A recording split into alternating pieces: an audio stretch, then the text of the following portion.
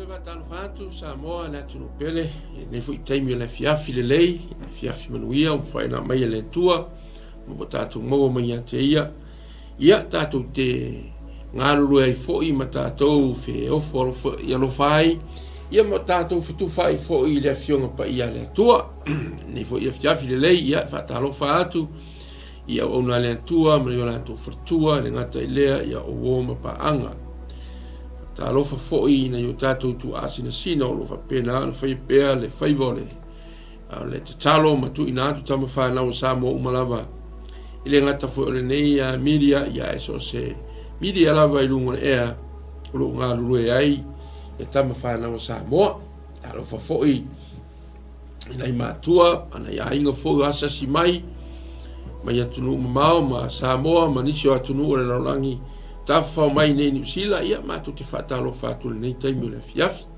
talo fatu foi se faina fold nei pokalame ia matu te fia lava fa filo ia tu oil sofa manumano Yesu resultato ri ia mo tato fa ola io nei lava pokalame ole to fa manatu to luitau to fangu ai tato wa lo tato ia pe nga le tua i lo sul fai tu la yaso umore va yaso io le ala foi lea fa pena fa malo no si ai e tato mafutanga ma tato pokalame i po maso sai tasi fa talo fa foi e se tasi lo fa pena ona ia inga luenga le po fa longo mai tono no sa tono fo fa luenga ia mato te fa talo fa tu so fa manu malo iskriso tato li ma tato fa ola e lei foi tura ia e awa ina tatu fa ftaile tua ia vano le lei wo ia saunia mo tatu le lei fiafi ia ona tatu mo foi la ia lea matu inatu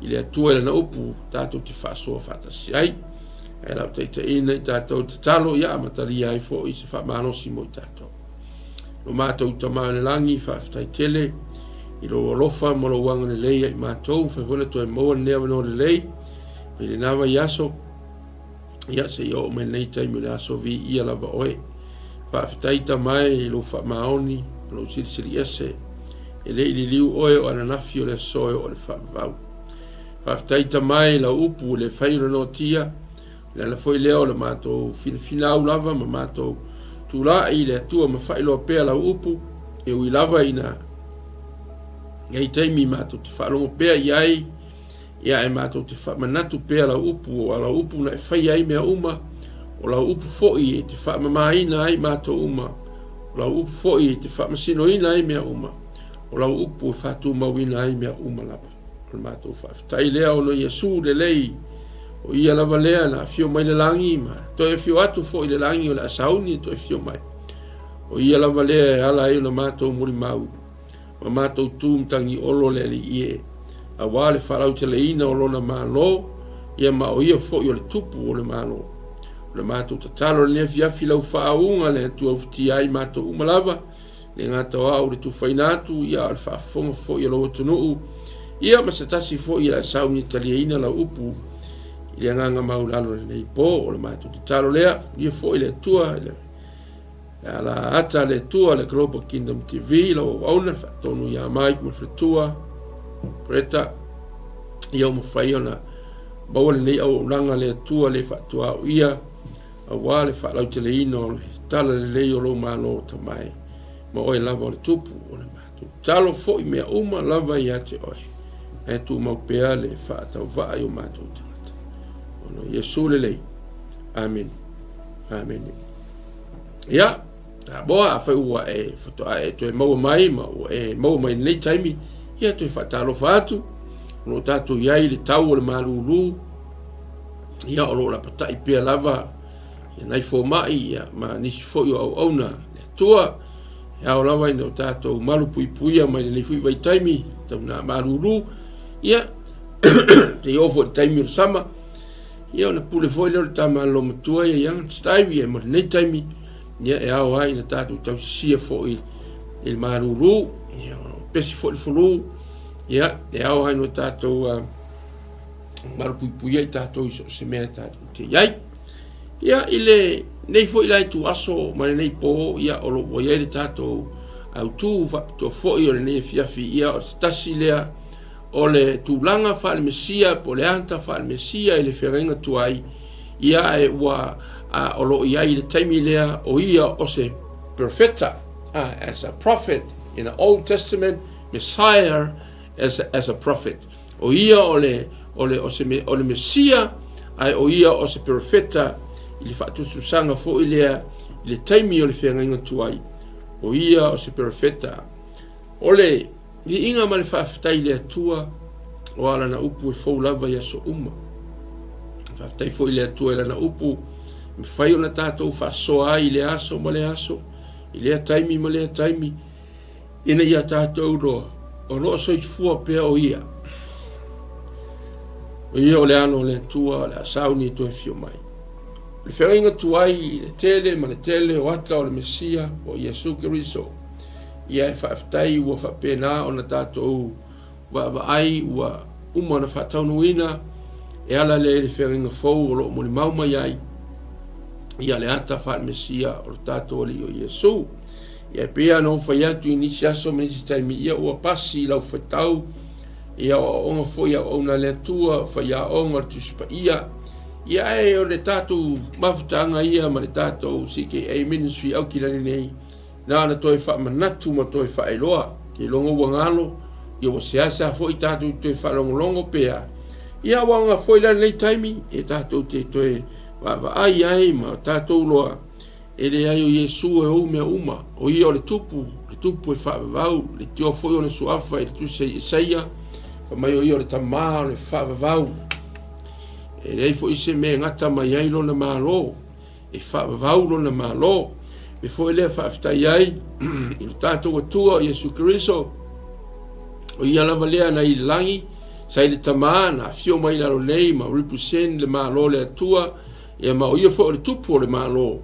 Ia ma o toi fo iatu o ia le tu tamatau o le tamā o le langi. Sa uni o ia e lona toi fio mai. Iesu fo ila le taimi nei o lo le tu tamatau. O le nofali o tama o lo fautua mo i tātou as a mediator. O ia lea o lo fautua mo i tātou le tama. Ia o le nganga pa ia o lo tutoni o tātou loto.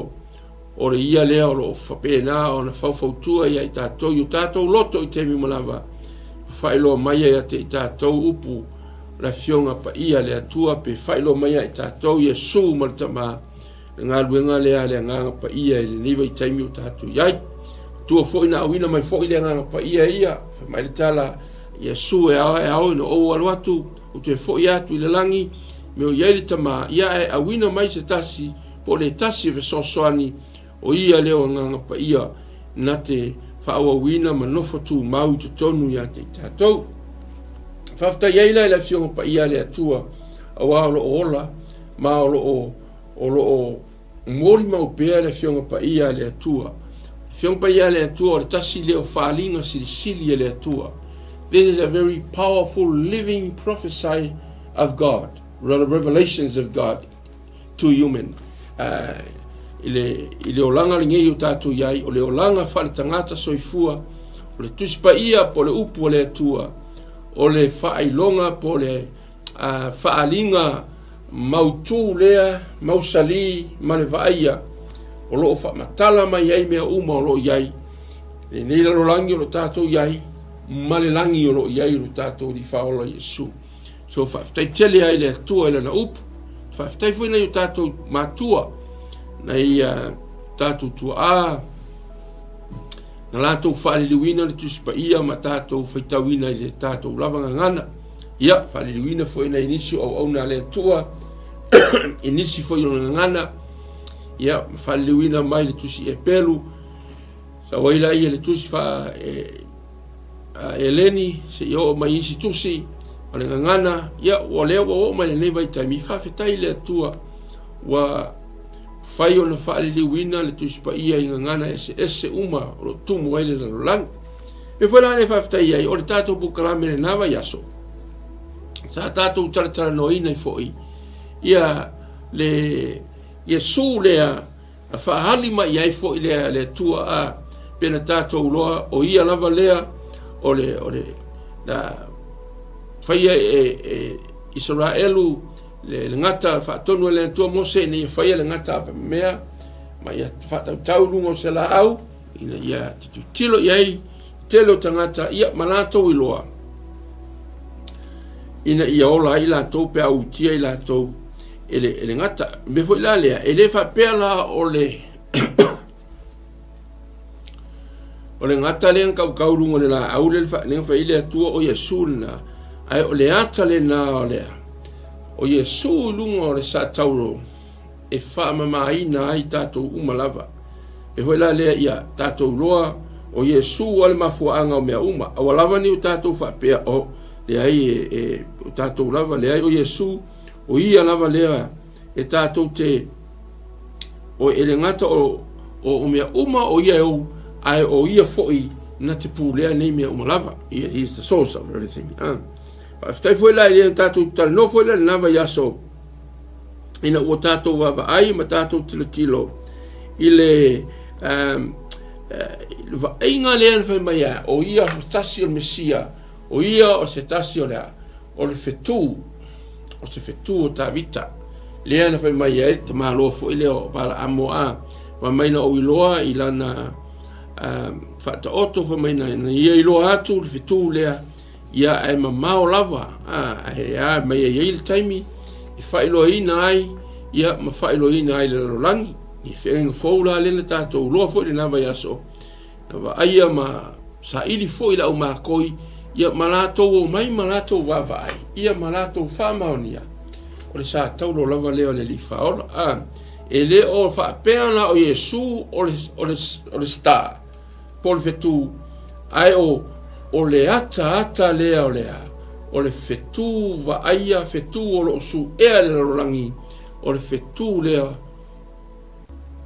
fetu maia o Iesu ia le o ta vita me foi le kako loa ma kako kilo e iai wingo mea e whai loa mai ele atua ia ti tātou le vei tātou tala noa iai sidi alo sidi al fetu le atua fetu o Iesu ia o ia na le atare na Iesu na foi vai aso to nai o ia se tasi o fetu al Mesia le ata al fetu ia il fenga inga tuai ia e na fa na mai mo mai la ma koi va pe ma to mai sa ili a ma to mun muli mai fetu le pepe le la fa na mai fa ile li o lo fa pe na na tatu ia pe ile no fina ngalo ia e fa ma oni la vo ia o tatu ela le vai aso o fai tauina se tu si fa pe ele te tele nome na se furma le valu fa ipus furlima e fa pe no fai tauina e fa tuina Jehova lo o tua mai ate oe o so lo auso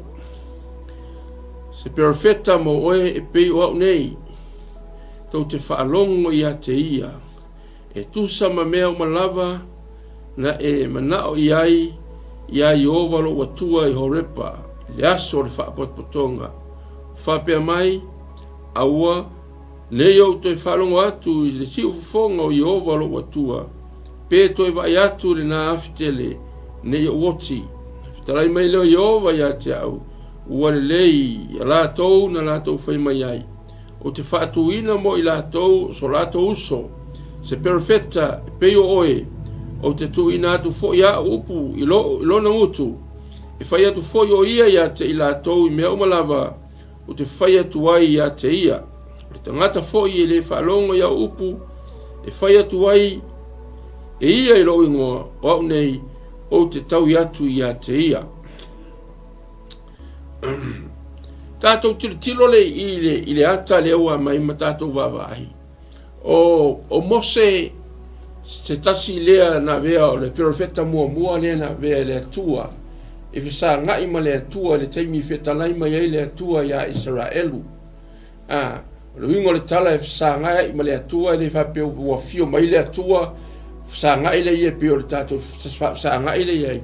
Ai o lo fio mai ei eiro na mana, pio na whai ngoa e le atua ma yairo na mamalu re na special love specific for Moses in the time of Israelite e o ia o le profeta o ia sea leanga o ia lea na tofia le atua man to voi o Mose o ia fa maia o whaola i lona nuu mai o ina toane pena mai le vai le mea sa whaatawhea tuai o ia i tamatane umalava e Peru nawa i taimi ina ua mai ale tupu ma whaile ia le tonu o le a whasiotia uma ia tamatane uma o Israel mea voilane e kau kilo ma tātou wawai i ese le tā ua o nei mea e le whaapea ngā o ngā tusi ai ma whaa te le heile tusi pa ia e na ana tu ina le atua i te tonu o lana fionga pa ia o na iei lea o ngā mo i tātou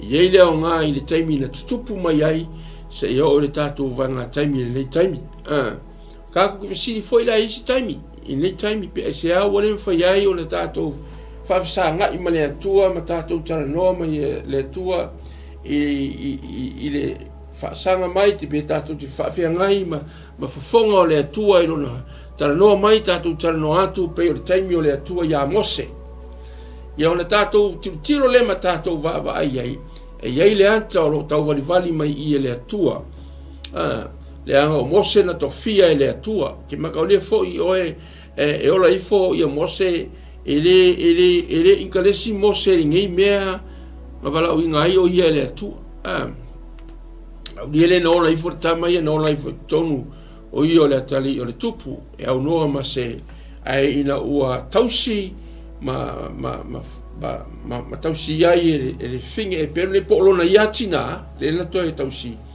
ia sa iai la le manatu ma le langona na wa ulava ia wa umana o le sio ni tina e winga i tu maanga e peru tu maanga o le tua ia pe le mele le na tupu foi ta ma iai loa e se alva la winga ia fa stai foi la le tua walanga le na tatu tilo fa mai wa o le kaimia wa le fia kalangona mose wa le talfia ngai le la fenga fisa ngai male atua pe kilo yai pa mai au ne o toi fa longo atu i lo si ufonga yoba lo tu wa pe o te va ia ile na afitele ne i o woti e foringa mai la yes o le taimi o le lofa tu no is the grace of God in the time of Israelites. So ole lofa tu no na le tua e fa wana mai i lungo na ona ya Mose.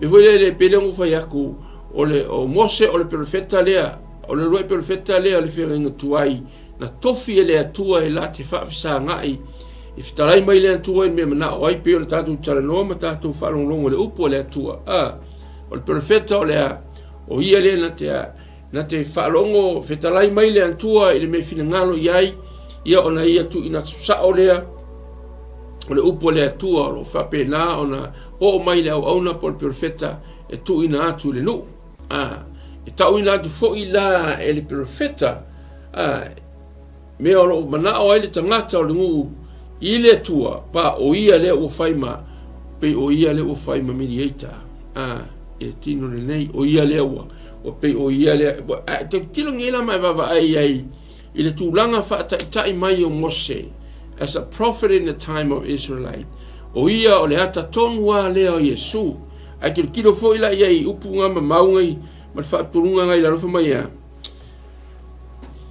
mai le tua o te o le ana ufa mai le tua i fa mai wa leila ma ngai keli sa o le lei o te wa foi o nga ia on fitalai mero yo va te o le lei ala to na la to foi mai fa mai ia le lei awala ngi ko ia o yo to fa longo mai e si fonga le tua le Mose mai Mose e tua o makua i fefe wa i loa e au na le tua e o ina oti o ia ono le manosi o le mamalu ma le mana ma le sisi e te kio fa mai le fiong pa ia le tua le ai se isi fai ona va ai le atua maola pea o inga langa i matautia fa mai o lana ona fonga o le afi ma ai tala tu spaia no inga ya e matautia ma e sili ese ai fa mai na Mose i o ama ko le foi o le te mitala no ai le atua Mose lunga le maunga i le veil o i le veil po le mamalu le atua o inga ya i whaafsanga i eile atua ma Mose la te tala noa si whaaftai le li o le ata ma vali mai I o le ata lea o le tātou Mesia o Iesu le whenga tuai. Le anga le aise tasi na fio mai le langi sai le tamā ua na o Iesu o le perfeta. Le ata fo ila ife mai le ina ufai mai la le apos o le perfeta po Mose. Mai le tua ia wale leila le upunga. Ai o te whaatuina mo I lātou. So lātou uso. Se perfeta e pei o oe. O ila le kaku kei loa ai. Le atangia mai I. Pauna le tangata e pei o Mose. E le whaapea ua kukusa. Ma Mose I le tino o le wha le atua. Ai tutusa ma Mose I le loto whaataitai. E mawhai o na ia mamoli ina le upu o le atua. E au noa ma se hawheiwheinga. Pe ngā tia nisi mea fio. E whaafonga. Whetalai ma iei le atua ia Mose. Whamaina I o Mose ina ufa mai I o wale lei. Wale lei la le kala ngā. Aia. O le matautia ma le sili ese o le atua. Wa e le whapena wale maa ngao. Ia Mose ma le nuu e fia wa aipe. Ai walato I lo inga le matautia ma le sili ese o le atua. E ma malu o le atua. O mai le o le atua. Ma ngai e kele a le kouti sisi ngā wafai. Ai awala vai o koula. Ai o te whatuina I solo la tau uso. Se perfeta e pei o oe. Pei a Mose. O te tuina atu iei fo iei la upu I lona ngutu. E whai atu fo o ia te I la tau mea umalava. O te whai atu ai ia te ia. O te tangata fo I le whaalongo ia upu. E whai atu ai e ia I lo ingoa. O au nei o te tau atu ia te ia. Whamai leo le whetala ngā le atua ia Mose. Ok. Ngāua le ia keiko sekseki ako fika. Ao le ngei le siti o le ala whai. O le a o whatuina mai I so o tau o le auso. Pero feta e peo Mose. Me whalane le kau kilo pengo whai aku. Le anga o le tūlanga wha pero feta. O le tūlanga e tū mo le upu le atua. E le ngata ina talai mai le atua ma ki liva atu le upu. E le mimi loa fo I le upu le atua. O le upu saoanga mai le atua I le perfeta. O le upu fo I le atua I tu ina atu le perfeta. I le nu. Pe tu ina atu se tasi. Po ai lava mana o le atua. Ave I le upu through prophet. O I la le. I tātou te tilo. Lea o lo fa pena na filifili ai. Ia Mose. O Mose. Pe o kako loa. O ia le asata ita. Ia mai ale whanaunga Israel. Mena nofu polonga I ai kupito. Mai o le ata foi lea tātou te tilo ma tātou vava ai. Pele o le ata leo keriso. E moni lava va mai o te whaatuina ia I lātou mō lātou o so lātou uso. O ai so lātou uso lea. O lo tala noa e winga ia Iesu keriso. O tātou alii ma o tātou whaola. Whawhitai le antua. Samoa. Ana fa pe fa ali sa o ale tua le tua le terminal fenga tuai ia ka ilo poko I sio ko soi fu ngai kai ai ono lona lo fatu no ale ile la langi atoa o lo vali mai I le nga tupulanga ma le nga tupulanga ia le fo ia fi mai I le Mesia o Iesu I le taimio le ona le tua po le taimio ngose fa mai la fiong pa ia le tua o te whaatuina mai. O so lato uso. E pei lava o e Mose. O le tangata. O le tamaloa. E lua vai lua lima. E whailo na tiu luna leo. O le ata la leo o le ata o Iesu. O ia leo wa ia. Whamai whatala inga lea tua. O le uso lava leo sa otu. Kau kilo la ele Ioane e ono. O le ala se whaut. O le a se tala Ioane. Ili Ioane ono. Whaipo se furufa. Matako o vava ai. Pere o ila lea wha maungia mai ai. O sa o lava mamoni o wha maunia. Ia o so lava lo lato uso. Leo lo whetalai mai ai lea tua le tau te nome. Wa inge ila le vao kusingi. Ola e fia koiki. Lima whetau sanga talu ma a le whai mai ai. O toi au mai ai lea tua mo tātou. Le ono whai pusfuru wha. Wha pealo na whai tauina. O iloa ia tangata le whailonga na whai a Iesu, o whapea leo I latou, e moni o lea lava perfeta le nei, o le maliu mailunga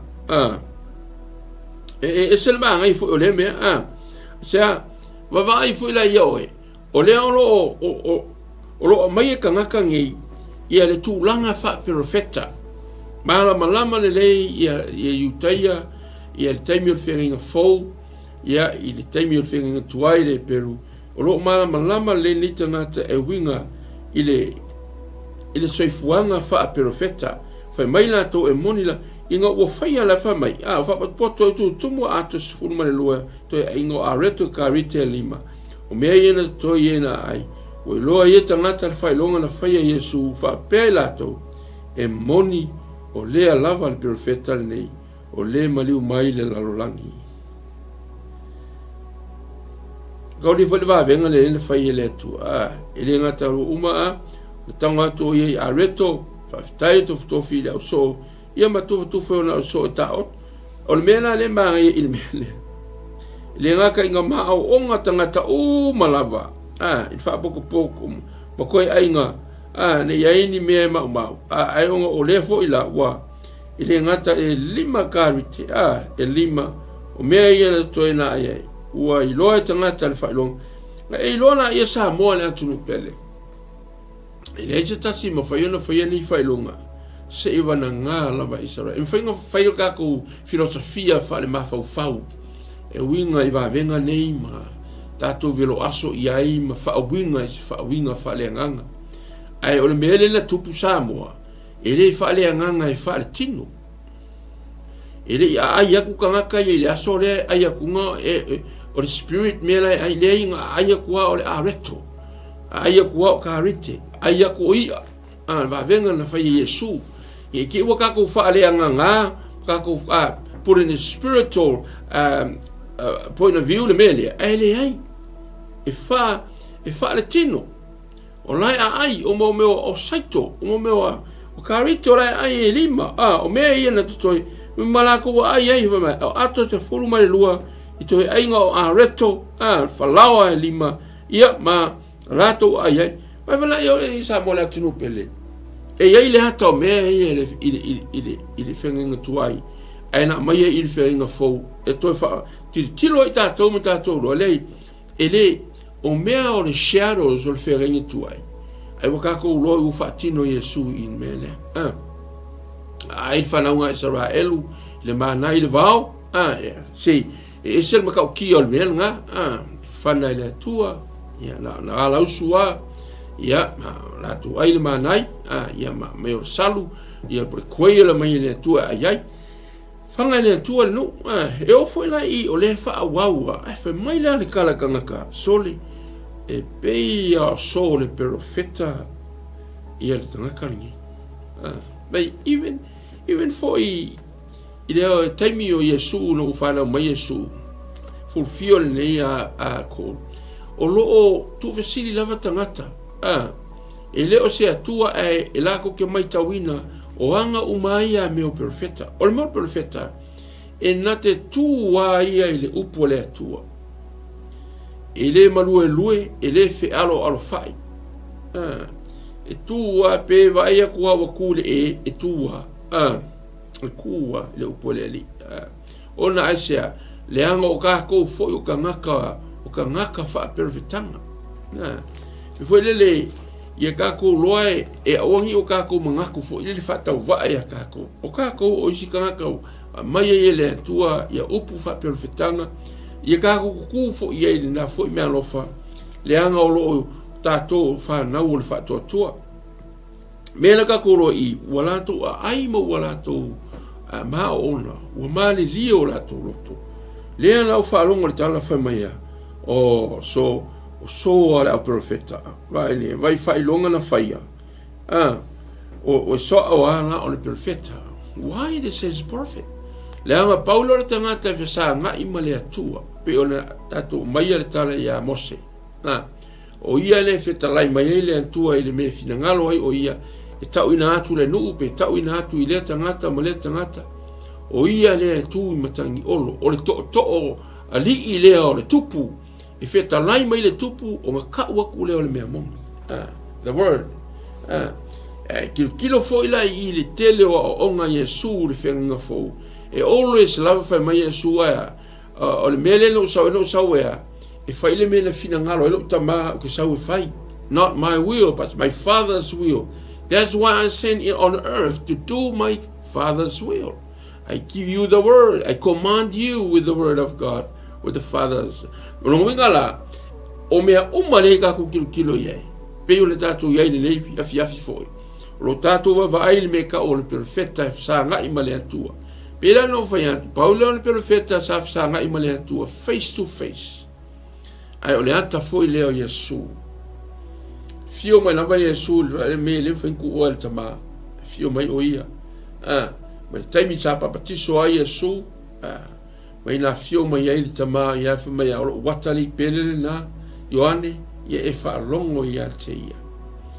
E me foi le ka kilo tato va ai before nga mai foi le fa le ango a kusinge. A kusi o loa.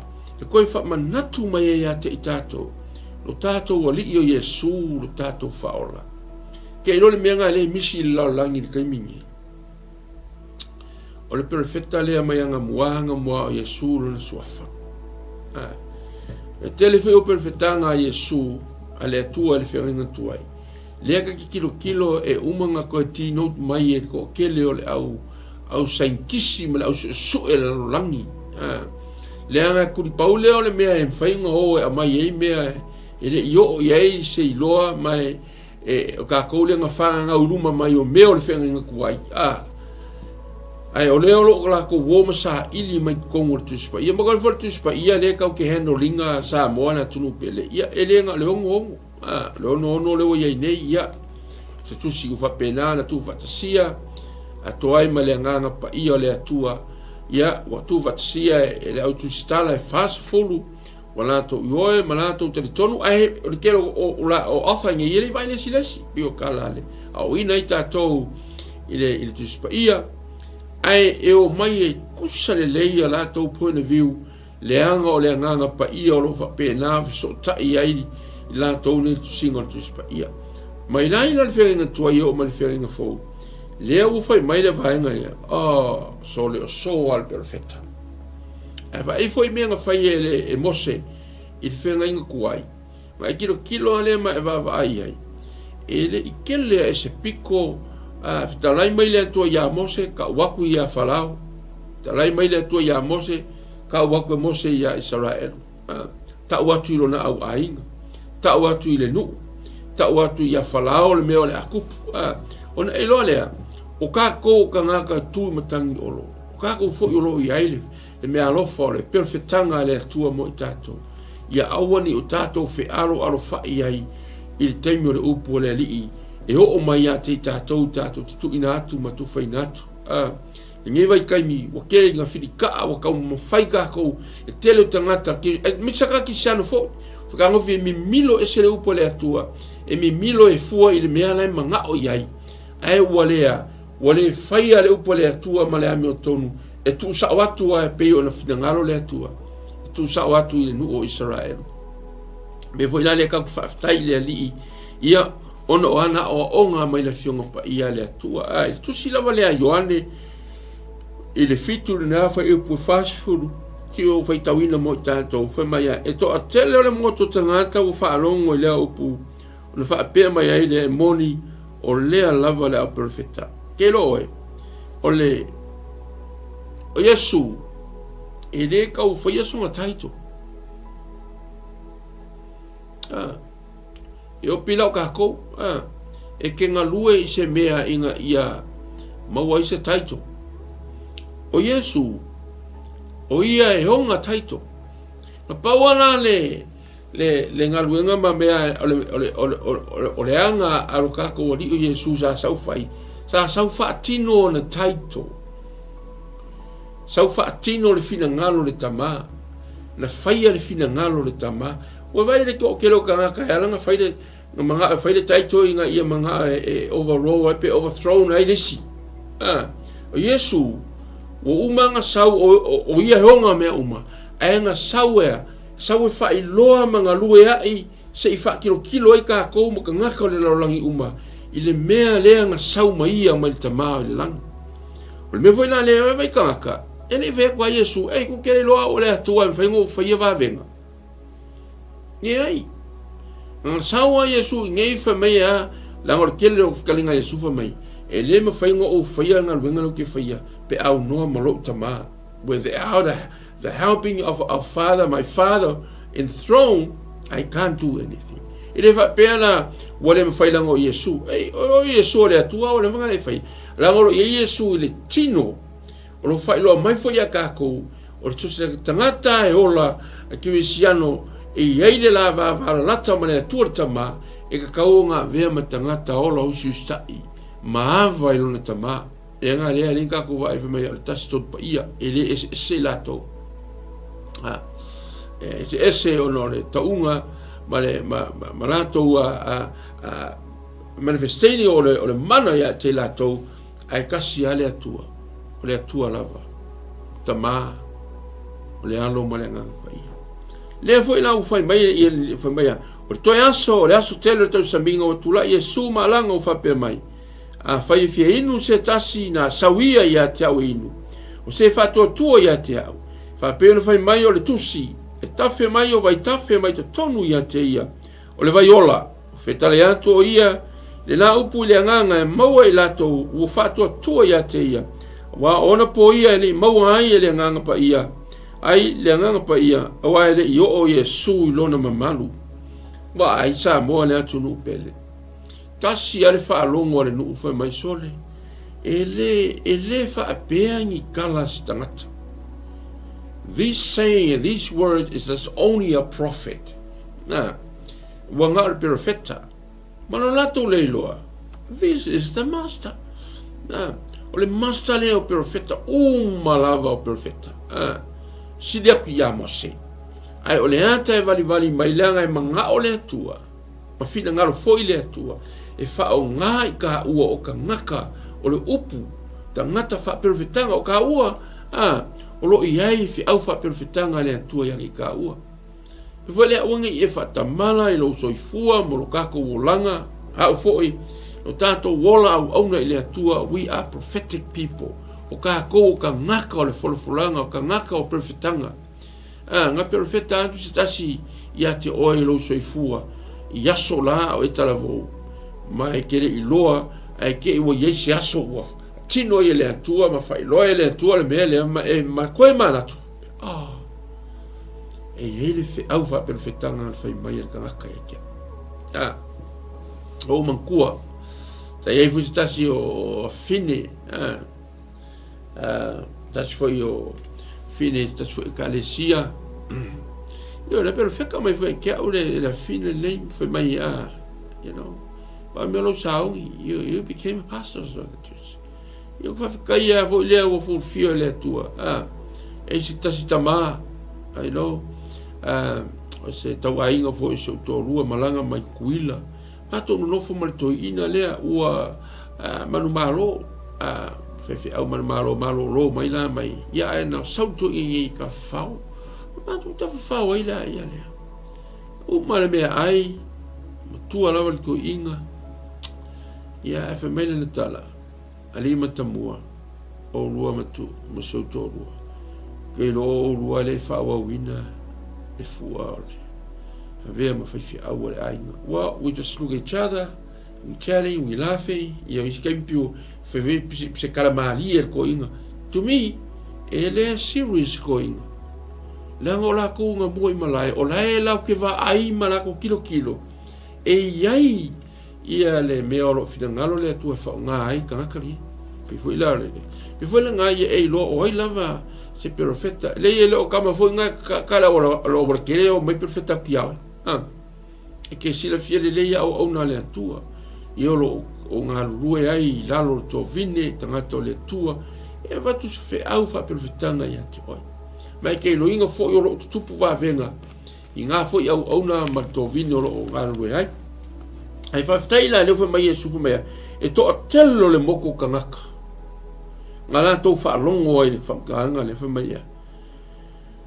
mai sole o upu nga perfecta e fa ina tal loma tau tal mai upu le fa ftaila le li awa o le la ka ko ke loa na paule o le me fina ngalo le atua o le perfetta e sau tau tara sa o mai le upo le atua o lo fitalai mai le atua fitalai mai le atua ia tatou e awala mai le perfetta le li le ala o ka ko kilo e moni lava o fatu wina mai e ai e Yesu fatu wina mai le atua se solo lato uso o se perfetta e tu mo le nu o le atua tu mo le rolangi atua le ala o ka ko kilo fa mai o isole o le perfetta ar kamaringi uma faiva venga fanga ka ko ma ai o mato mata i ama areto ko fia afe e ngā le lima mana lua ai fanga o mai le rola e lo samo o le atua le ili ma o ia lava o le perfetta le anga le ngā uma fai mai le perfetanga mai le atua e tau te lobe le ka ko whalongo fa mai o te whatuina mai ia o kou so to uso pei lava o mose e a mose ke loe a ki liwa e mose le upu mai le atua e le ngofo mose ma fisuia pe ngofo mose ma twist e ke o kau ai le ngu ingia la le ai a fai mai le atua mose fai aku i fai fale la kwa sawa mose me hey mai le atua fai kwa a fa me voi ia le atua ia mose fai aku i o le kamu mui sawa mose fai hey au ko kamu mui pila luinga la kala le fai mai le atua o te fatu wina ese pau la le o le kangaka fa mai o le tamale fa o ia le o perfetta o le perfetta sili dia la te faina ma fata unu ina fina ngalo o tama o le langi o Yesu ke lo perfetta le o mea ubanga perfetta mai ai tusi o perfettanga le fenga tuai winga ia Yesu mal Mesia le Emmanuel ele isasi e la va Yesu na muli ta ia Yesu ono o ia o le perfetta moni ele tu kilo la le ngaluena pe o le asa sao fo ia ni le tusi l'apostolo ngaluenga e tolu o no fai upo lufu lua o lufu tolu ka ko fai tawina pe mo tatou ngaluenga le la e tolu lufu lua lufu tolu fa mai o so fai calma ina ia au ina mai fo ia le na mo itala ina ya te o Yesu Kristo lea e te tau no fo ia le langi se io i tau sanga e toi fo ta ia me uma o feta lai mai ai le atua i fofonga o ana profeta pa ia uma lava talu mai ana mua awana fai mai lava mose i o tatou tama e fatu wina le li ilo o tau atua le profeta mo o tau o so o tau uso fa pei o hau nei tau te whaalongo i a te ia i mea lava na te whai mai ai i a te o tau. Pa aila i le awa koe koutu mai e le apostolo o Paulo i tusi le angaluenga. Le perfetanga le hafa mai a. Le taimi o mose, le kako whai kau e tusi tau te nome. Leo, lawa le kaimi lea. Le kaimi kōngua leo lea. O ia lea ua moifa. Le taimi lea la unga i pekelu. O le koe la langa aku lea, ma le koe whaukuanga aku lea, ma le upu lea petelu. O le kaimi lea. Kaimi o le whainga fau, ua a mata o na patuptupula ia le ka le sia Yesu. Lea lau ala unga a Yesu il mele. O ia men sorry petelu. Lea lau o tatu kilo makako vava, ai le koe kusinga le tusiri nei, tusinga luenga.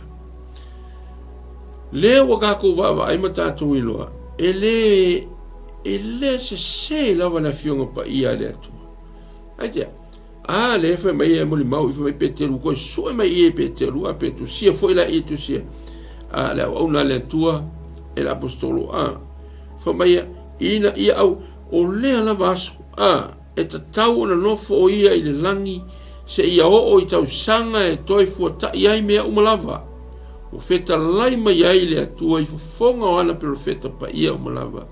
Talu mai ana mua. A wana fai mai lava mose i o tātou tama. E fatu ina le li ilo o tau atua. E profeta mo o tau so o tau uso. E fa peo au nei, tau te fa longo i ate ia o malava. na te whaia le mea.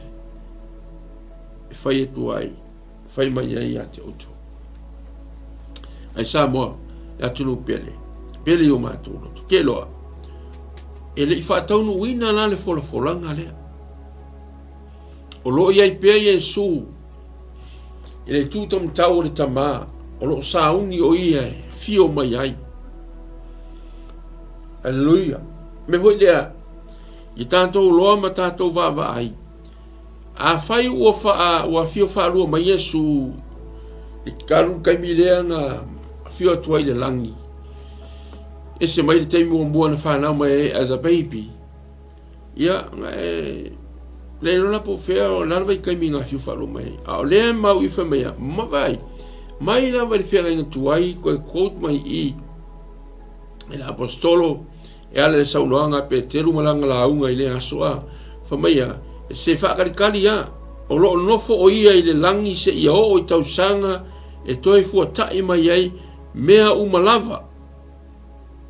Se ia o toi fua tai, o lanu inga le upu toi fua tai. Se ia koe renew mea umalava. E iei le kaimi. But not now. Me foi lane wha maungia e fionga pa ia le atua. O lo tala noa e winga ia Iesu. O ia lava lea o le perfeta. O le perfeta moni le atua lea lo tala no mai ai. Teimi o Mose, te inga le whanaunga Israelu. Se ia o mai le teimi o le whenga fau le whanau mai Iesu. O i o tātou o ia la le profeta lea. So lea uso lea. Leo whatuina e lea tua. Whatuina mai tonu. Le no o Israelu le whenga fau. Ina ia lato o le kaimi foi la lea wa. Langa e. Si le fia sa mua. Ua lako koe. Whasa tauroinga na wale tino. O lea langa koe au mai I e petelu le launga le petelu. Ina ia lato whatua tua. Ma ia lato te tolu le suafa Iesu. Leanga o le ua fio o ile langa. Lea o le ato e sauni e fio mai. I le taimi e toi fuata ina mai ai mea uma. Pe koe a matalia ai mea fo uma. E koe a fio mai ai Iesu. Lo tato wale I. Ma lo tato faola. Lea la. Lea la kau kilo. O lea lava e o le kaimi ngei lo kako i e whai mai a. A wana whai mai lava Mose. I tātou tama, I whatuina e le li I lo o tau atua, le perfeta mo o tau, o so o tau uso, peo au nei, o te whaalongo I a te I o mea umalawa. Whalare e kako kilo, whawhitai le atua, I lo nā lofa mo lo nā angale lei, I le whaonga ina o le tangata, I le whengainga tuai I Mose, e whailoa mai ai le tangata, po le perfeta, e siri atu na whamaoni, si e fia le atua e tuina iaila na upu se I o mai fitalai mai ai mo tātou le Iesu. Me foi la le whaftai le atua. Sa moa le atunu pele. Sa o Iesu o ia le o lea. O le amatanga ma le ngata anga o mea uma. E o lo tātou whaatua tua. Na whamai tala le tuspa ia o ia lea. O ia o le tustala. Is the author of our faith. And also is the finisher of our faith. O ia fo ia. O le whaatau nu unga, ma le whaato o tohanga o lo tātou whaato tua. O ai, o Iesu. Le perfeta lea le whi mai ia le atua ia Mose, o te whaatuina mai so o tu uso. Tau e le atua Iesu o lo lato uso. E tea, se ane mea linga ka o le uso.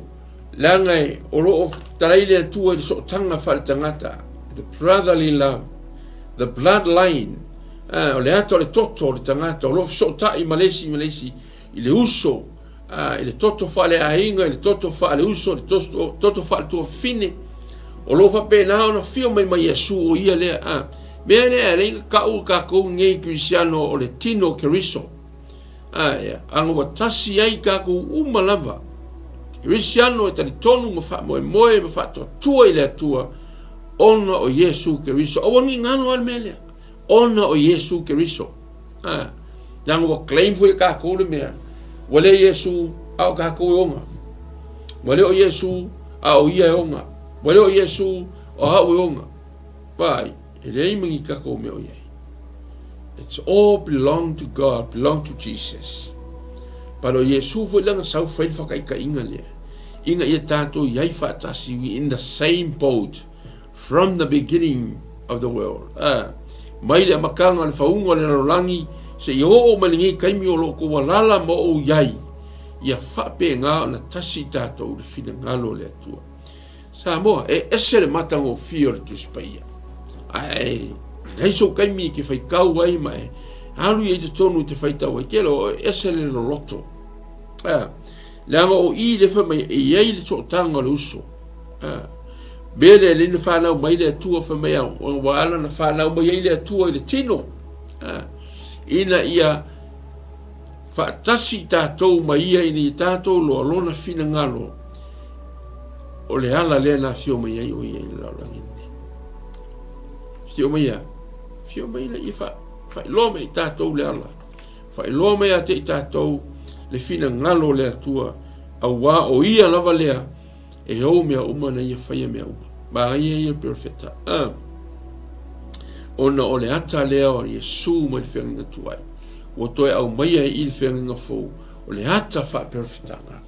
O le ata lea o le perfecto Yesu. I ei sau mea rofa. Le a le perfecta ngā tu ina atu le atua mo ai. Ia o kako umalawa o wha ngaua le atua. Wha ngaua Yesu. Me fuena le i kako kilo tātou va ai ai. Le ai o lo tau mai le atua Yesu o tesi o kako uso. The brotherly love, the brothers and sisters in Christ. O kako whanau le atua uso matua whawhine ia Yesu Keriso. Me foi lea ia so ia kako ke kaua i misa so o lunga o le penga te whailangi. Ma ti peida i kako Fasea kuai lesi kalikongunga, o lesi kuspaia, lesi tuspaia.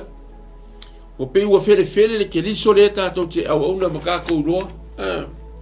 Mai kala tuspaia, mai kala Paulo ea peu, o fere keriso. Mai iso Apolo, mai iso l'apostolo, mai iso Kefa, mai iso sa keriso. Mai kala l'apostolo ea, e le kauva i mātou. Tangato le atua, whanau Yesu, whanau Keriso, e le kauwa. Ia koe kauwa ia ai. Yesu le champion, the champion of champions. So inga, o ka kauwanga, o ka kou manu maro ongo Yesu. E se mera kako kauwa. Langa e o le langi ele o se kauwanga, o le langi o le ka kou umoni. We are the citizen of heaven, through Jesus Christ, our Lord and our Savior. O ia lea o le sotanga i tātou. O le mafu anga foi lea na fio mai a Yesu i le rangi le nei. Ina iau mai le maro le atua. I le fonga ele nei. Pio na ia isi tasi foi o tala inga, lo tala ia. O le rangi a ni whavavau. I oi, e sao, but not yet. Ele ia fio mai Yesu whatau nuina. E kasi ngā pāto o le mission, ma kasi ngā pāto revelation. Ia pole tasi fo ina pāto le tāra le lei. E fio mai aia. O le ola e whaavau. O Yesu ke miso le te tonu ia te tāua. Po au me whai. O a mea te. O whai wa mautu te whenga ia i loa. O loa ia oe le me ta o le ola e whaavau. Sa ia si ainga lea. Nei tu whawhine. Mai Yesu. You know, ni ainga oe o le pele ni ainga. E o sia wo ha salo. You are the one of our best friend in our family. Le o oki la salo. Where are you? Where you have been? Oki la salo. Wale ko la ba Yesu. O ko ke Maria maleta. O ko le lo e o le ko ku. O a ore to tu male. O e oki e fato tua mai atia. E uia ina oti ala e ola lava. Me foi loka ko tangata o le perfetanga. Tangata o le atua. Wa vatu ia te ta ua ia le fa marsi anga le male me alofa le atua. E ola ika ua le ola fa. Baila o i le mamana o le atua mai le fia afe tau sanga le fia ngai. Ena whaatino ina lava Yesu i le whenga fōta. Kele, maritele. E whaalongo me se tasi. O le mori mau tangata o le nuu. He's one of the prophet. I say, e kasi ale whaalongo ngaka. People know it. People notice. People see. Lako kilo ia e kasi alo lanto uloa. Oh, it's one of the prophet or the great prophet. Ongo va venga e whaia. A oila le profeta siri le whamaia le atua ia Mose. Te whatuina. Peia oe Mose. O lo tala noa ia Yesu. Hallelujah. O lo tala noa ia Yesu. Ni fia ki loli te sineme le matango fio Yesu na tūlanga wha perfetanga. O le ai o se upu o le tamao i le langi e nofo mata ofi pe a receive Yesu. Ma Yesu o mea umalava o te whailoa atu ma utara noa atu ai a te oto o mea o mai e lo tamao i le langi. Me foi na le awa pe o e fie ilo inga ia upu wha perfetanga a le atua mo oe ma au mai tātou ba se sesi o e tau mawhai ia e loa se whaalinga whapitoa ia o le good news mo tātou. This is the great revelation of God to humanity, to the whole world. I le larolangi atoa, the Bible, the Word of God.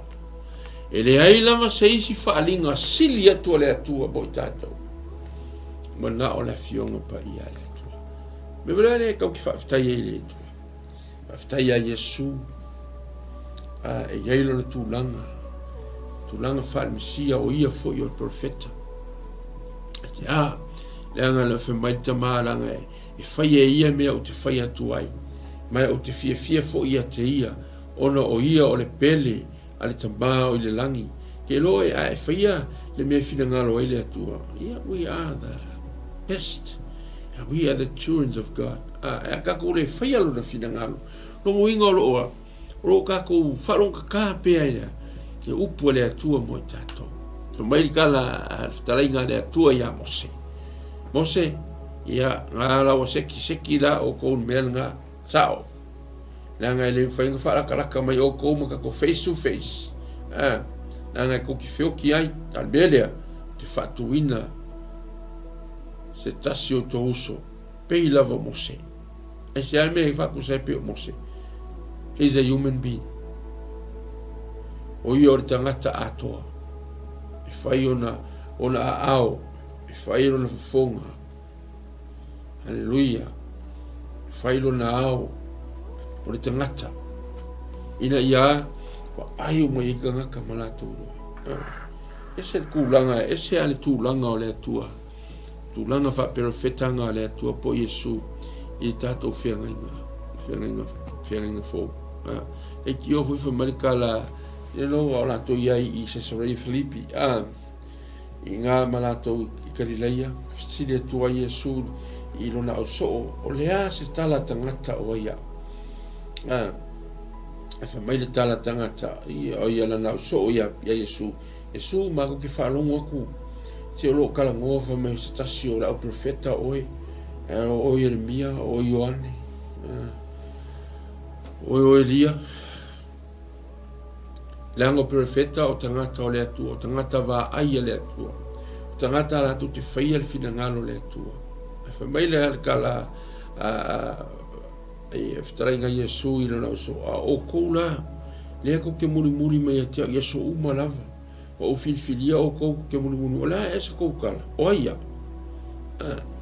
nana ia talia Peter whamaia o oe ole keriso o le alo le atua soifua vai you are the Messiah whianga ilo mai e pekero i loa mai tu susinga le whenga inkuai. O ia lawa le al Messiah, o le Messia, o le perfeta. Io, o me kala Petero, o ia Yesu, amu ia oe. Bless you, Jonah. I mean Peter. E leo sesi ka o kua ia oe. It's not a man, but my Father revealed to you. Tau atu ele atua ia te oe. le foi la ka ke vai le launga le pete mea ina ia solo ia se auto un sala ne ia o mai le tau sanga e file mo ai mai lumo le ali ia ka kalma ngai o launga o ia mea moi falia mai le tu fonga na profeta o malava e ti ngā le kini so e fa pea lava ona fa taunu ina ia o le nei ia salam na salam o ia auto li liuma ia solo ia se auto sala kala le al profeta tu ina atu le no le fu ko fa bangaku wa ko petelu langa la unga le sole ile au luka ia male au male ngu le tu le sole to saminga fa ia kuai ei wa ka kau salamo solo ia se ai auto salamo e ai perfetta le lenga wa levanga valo ia mai el fianga tu ai e ko mai e petelu tu silia tu chenno mai pe ira mo sei ke lo ka kalongo ya mo sei lo limos e kalongo ko ka kare ile ngule le to ya Yesu pi fa le ale ka e kalongo ya mo sei o sole pe yo le pi ka ka mala o mo sei Abraham sa ako Jacobo e kalongo gloma va ko era so ko le Yesu ia pe Yesu nga se it's just a human ya la ko he's a good man he's just a good man ole tari ole kamuka male ma Mary male leilo o ia le ala to fio mai o ia le foi va venga o apostol o ia foi le profeta mai ai ia le fenga tuai se io o mai tatu temile ea o e sauni to fio mai Yesu io o le ko umi o le ka ko kilo tatu va ai ia o i taimi ora la tamai la ka come fai fa marcare apostolo petelu ila tu sile fa mai fa atu el faunga aiuta ia io ko salamo ka mi salamo tatu salamo you know ia ka ko loa fa la ka ku tatu le tua so ia ka ku ke se como fai fa le anga ni so ka ko uso fai kala leanga inisio ka ko uso to fa fino le tino ke riso i ka ko va ai po le ase me o ngai fai ka ko mole ma lo le atu ke lo le me sin ka o mal me o nga lo tala i le tala le man malo ine se nga mo Yesu pa nga me nga linga fai ka ko kala me lu le ea me nga linga fai ministry ka kasi maloko ka kasi ke le loko fa ku inga ia nga fa le inga mole ma lo le atu ia la to fo ila ko mala ko mul mawatu le fina ngalo le tu so se me ai me foi la sa mo le po fa ftai la na upu le fai lo mai le tu me sia il fina na tu ai io fai lo mai ai foi le as a prophet le fina na tu ai Yesu la vale fa ta uina il fina na fo pe ona ai ni tu sina ta to fai ta uina le fiafi o e ma fa ia il perfetta si lo Yesu fa mai pe lava mose ono tangata sa ta ia le no ole atua o Yesu foi o ia le ole ala ile malo le atua fa mai Ioane sul fa i pono fitalai atu Yesu o uni ole ala ole pumoni ma le ola le fena la che tasi tama pol malo se ia vanga na o ia tu ia Yesu le perfettale alleluia le foi le fa tai le atua la nazione pa ia ile ola mai mana mai siri ese me fai te tatoa le to va ai ma to mai le si malosi fale nganga ina tato tilo ma tato to va ai e moni la volo ola la fionga pa ia le atua ole o mai lava le fionga tu ai se o mai le fionga fo ola lava le fionga pa ia le atua ia sa mo a fai fo iwa kau lape foi pe kau kongi foi de solo ile kaimi le mafutanga ma le atua ia o kaimi le ngiu ka ko foi ile atua mo le fina ngalo ka ko wo ka ko sa ili mo le malo ina ia tele ni manu malo ino nga mo le malo le atua fa tai le mafuta mai le fiafi sa mo le atu pele ile talo fatasi e manui ai me uma lava ma la sanata me tatu te fai io tatu kala me le fiafi Yesu fai tatu talo fa tele Yesu lo matoli mo mato fa Lena fio mai mo I mātou as a Messiah in the Old Testament ia o whanau mai le whianga fau whai lo mai le ngata oe o le whaola le tua le rarangi a oi fo se tasi o perfeta a wae moni lau upu na feta lai mai ai mo I mātou bia lo watu nu Samoa ma au whinga luenga au le tofi le tua tino keriso le rarangi fo I le vi inga whamanui a te oe tu ma pēr whatau vai o mātou tangata ono Iesu le al mātou talo amen amen men ia to faso I fo Samoa tu pele ia so ala o mo nei ma kilani si ke ministry to faso I fo I manuia le fiafi amen